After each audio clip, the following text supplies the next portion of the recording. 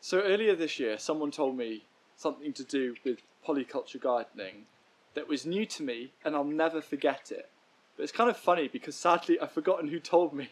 So if it was you that told me this, please let me know down below in the comments, because I'm so gutted. I think I was just so amazed by this that I forgot who told me. But it makes total sense, and it's to do with polyculture gardening. This here, in my permaculture garden, it's a half-size allotment plot. As you can see, it's quite diverse, even though it's later on in the season. I'm doing a lot of mulching. I'm mulching with a lot of things because I really believe in the power of earthworms, and so I want to put down things like leaves and grass clippings that over winter worms can pull into the beds and make it nice and healthy. And the thing about polyculture is it has many benefits that everyone knows, like reduced pest and disease issues. That's like a core benefit. I also think visually a polyculture looks lovely. It's kind of like a very naturalistic feeling. So this garden here, especially over August and September and into early October, it felt like a jungle. It was such a lovely space to be in. It almost felt like a little kind of slice of nature, even though everything was planted through a mode of design. I made decisions about where I planted everything. And also coming up, I'm going to be doing some videos about why I don't do companion planting and I do something slightly different, which will be interesting. Now, what was it about polyculture that this person told me that blew my mind? Well, it's something each and every one of us can utilise, and it is probably, if you haven't started growing in polycultures yet, this might inspire you, or at least might inspire you to try. The lovely thing about polyculture is that it's mixed. You've got lots of different crops growing in and around the garden.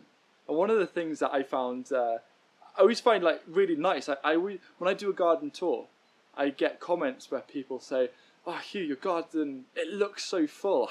How do you keep it so full?" I always struggle because I might harvest a bed and might not have enough seedlings or things like that. So polyculture looks so full because you're growing lots of different things, and so if you're just harvesting a small amount, you can just plug that gap with a few plants.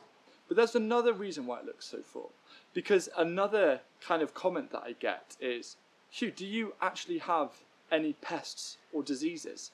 Yes, this garden had pests and diseases this year. I had lots of slugs, for example, so yeah, with the slugs that was tricky to begin with. But one of my squash plants got powdery mildew, the others didn't. That was great, partly because they're not right up against each other. I did get a little bit of cabbage white butterfly damage, but again it was very minimal. A little bit of aphid, but again minimal. For a permaculture garden, and this is something that I speak about in depth in my upcoming book, The Permaculture Garden, which is how to work with nature and not against it. One of the things that I talk about is that you need some pests in the garden in order to create that natural balance, in order to have that predator population here in the garden. And so that kind of ties into what this person told me about the benefit of polyculture, or the underrated benefit of polyculture. Because when you're growing lots of different things, the amazing thing about polyculture is that it kind of hides, or it masks, any of the deaths or the mistakes, or masks any plants that are getting damaged by pests or diseases. It kind of creates a bit of an invisibility cloak, because everything looks so diverse and abundant. It's really hard to spot maybe that one plant that has been completely nibbled by slugs. So the way that I see it is, when I come into the garden, if I spend a little time looking through, there's always going to be some plants that just aren't quite as happy. They may be a little bit too crowded, they might have had a pest or disease issue. But the lovely thing that I find with polyculture is that if I do see a pest or disease issue, I don't panic. Most of the time I just let it run its natural course, or I might just remove the plant there and then and put it somewhere else. It's much easier to remove one plant and put it on the compost bin and not think so much about it. It's much harder mentally to remove a whole bed full of plants. And so by growing in a polyculture, by growing lots of different plants together, it looks so abundant and so different that it hides any of the failures from a nice view of the garden. You really have to go up and look to find the failures, and they are there. I had those there this year where I had plants that weren't super happy. It's part of gardening. I had plants that were struggling for whatever reason. I had plants that I might have, because it was quite crowded, I might have accidentally knocked a plant over and broke it in half and it just started dying and I didn't even notice it.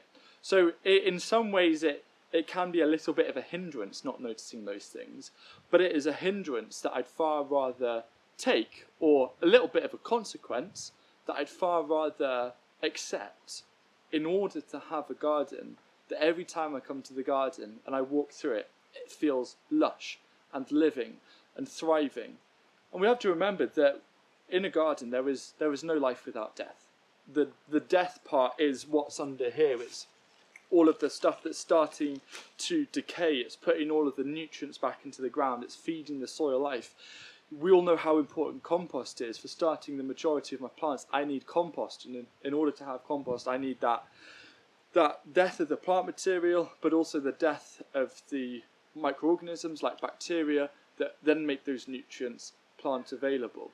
And so grow in a polyculture if you want to have a garden that tricks you or tricks visitors into thinking, wow, it's so full, because it does take a little bit of time to spot those failures. But because it's just a little bit of failure and it's surrounded by abundance, it doesn't stick out to you as a gardener like a sore thumb. Because if you have a whole bed of something that fails, it's really demoralising. But when you see a plant here or a plant there fail, it isn't demoralising at all. You're like, oh well, I'll just put something else there. And for me, making that realisation, and not even realising it until someone pointed it out about how polycultures do mask those failures or lessons or whatever, learning that has kind of made me enjoy gardening even more. Like, I felt this year my passion for gardening has just gone exponentially more, and I didn't realise it could. But it's little things like that other people tell you that really stick in your mind, that can make a huge difference. And so next year, think about polycultures, and one way that you could transform it is if you have a bed of something and a couple of plants die, and you're like, oh, it doesn't look organised because there were 2 lovely rows and now there's 2 plants missing. Well, that is just a gap or an opportunity to put something else in, to maybe put some flowers or to put some herbs and get that naturalistic look, because a garden that feels natural is a garden that feels vibrant.